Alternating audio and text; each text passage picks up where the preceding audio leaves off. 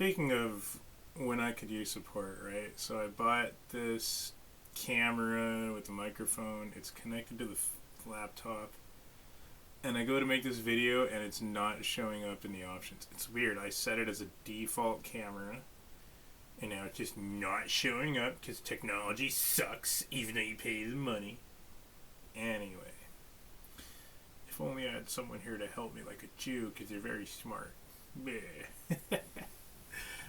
No, this is some more self-observations, caveats you can say, with the Hebrew thing. I thought maybe if I just didn't upload those videos, the Jews would see that, I have self-control and self-restraint. And so I didn't upload them for like quite a long time after I made them. But then I remembered that I've done this before, that exact thing. I've gone that route before. I'll keep the secrets out of loyalty for the Jews. And it didn't change anything. They still didn't help me. They still didn't reward my loyalty by, oh, Gabe, you're, you got all these problems you need help with. Yeah, we'll help you. Oh, you want to convert to Judaism? No problem, we'll help you. Yeah, no, it didn't do anything, so. Anyway, so I'm self-analyzing my reactions to getting in trouble for inappropriate behavior that made students uncomfortable. Right off the bat, my thought is I'm sure I did do things that were inappropriate. I know at least one thing, making the comment about the girl's boobs.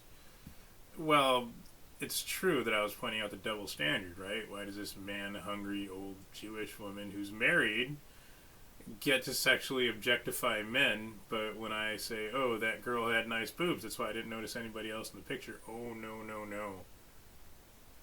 We gotta, kick this guy out of the course. To be fair, to be genuine, they at least waited till the course ended before talking to me privately.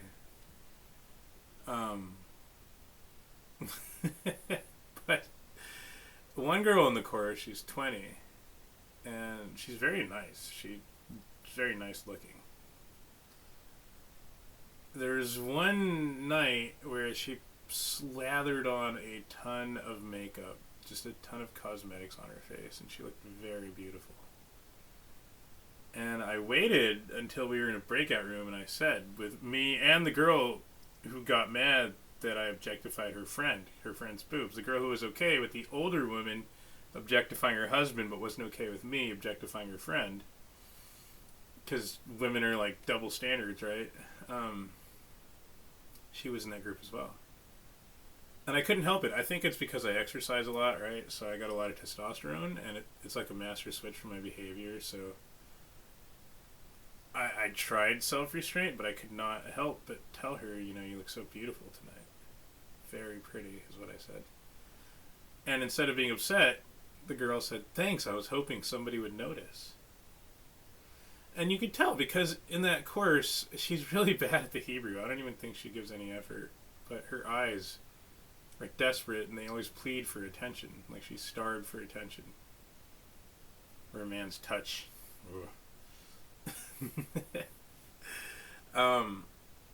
So I don't know if I'm in trouble for that, because she liked it. She was very positively responsive to my sexual aggression. And, but that if it's me, like, absolutely, I'm not saying I didn't do anything inappropriate in that course that made others uncomfortable. I just don't think it was intentional, a lot of it. Like, I offend people on accident without even meaning to. But I don't think it's fair that I'm the only one who's getting in trouble for it because I'm the only one who didn't complain. But either way, I hope to continue with Hebrew, with Citizen Cafe specifically, because they are a good company. I hope they renew my contract, right? Let me attend for the next level. But an interesting thing about that is I keep seeing these rabbis who are anti-Israel, and they've attached the label of true Judaism, true Torah Judaism. And that's hilarious to me, because this is something Christians have done for centuries. Oh, no, no. Those are all fake Christians. Those aren't real Christians because they get it wrong, and we're the only Christians who get it right. Now the Jews are doing it. And these Jews are like, yeah, go Muslims, rape and murder Israelis. That's true Judaism, huh? Okay. I don't think that any single Jew can claim that they are the true Judaism because, as the Talmudic literature reflects, there is a lot of debate from rabbis about how to interpret the literature. So to really get to true Judaism, right? I have this Art Scroll Sidor Tanakh, which is Hebrew. Well, guess what? This isn't the original language. This is modern Hebrew, made by Ben Yehuda. But even the ancient Hebrew, a lot of it was Aramaic. So does true Torah and true Judaism speak ancient Aramaic? I doubt it. Just going to go out on a limb here and say, I doubt it.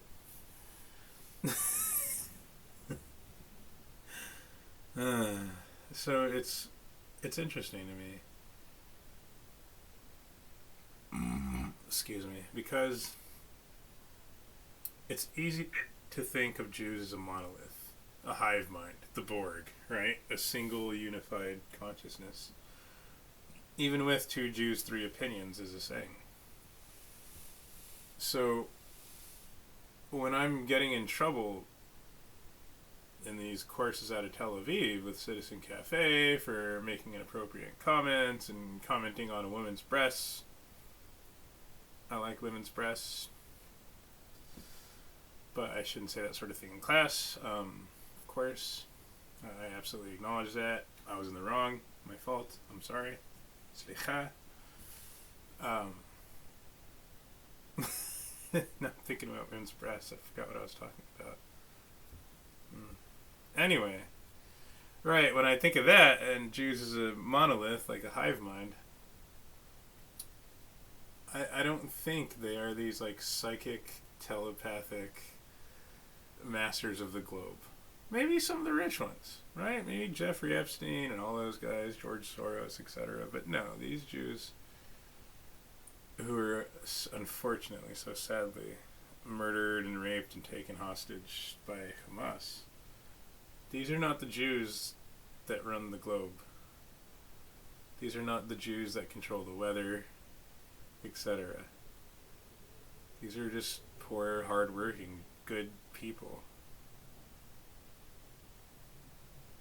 And I know they're not psychic because I've been holding my tongue a lot in that course. I've actually been exercising self-restraint.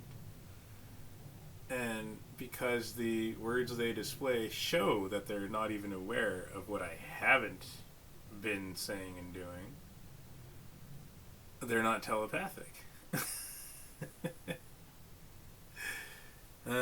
So it's interesting because when I had that meeting with the lady who might, make it so I don't get an opportunity to attend a second semester with them, the first thing she said was, I'm not trying to change you or control your behavior. She was terrible at English. The words she was looking for I knew in my head, but I kept my mouth shut. Let her speak. Don't correct her even though she needs to be corrected. Just don't finish her sentences for her.